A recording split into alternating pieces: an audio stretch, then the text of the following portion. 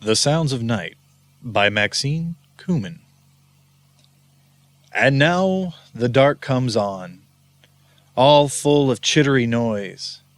The birds hunger-mongered crowd the trees, the air thick with their verper cries.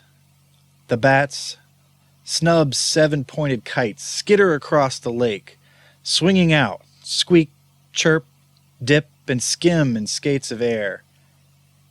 And the fat frogs wake and prink, wide-lipped, noisy as ducks drunk on boozy black, gloating chink-chunk. And now, on the narrow beach, we defend ourselves from the dark. The cooking done, we build our fire, bright and hot, and less for outlook than for magic, and lie on our blankets while night knickers around us. Crickets chorus hallelujahs, pause quietly and quick as raindrops play on the stones, expertly soft, run past, and they are gone.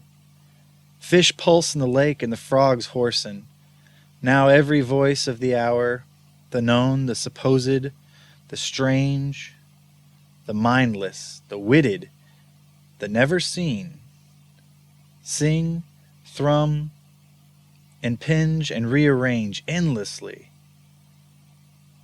And debarred from sleep we wait for the birds, importantly silent, for the crease of first eye-licking light. By the lake, locked back away and tight, we lie, day creatures, overhearing night.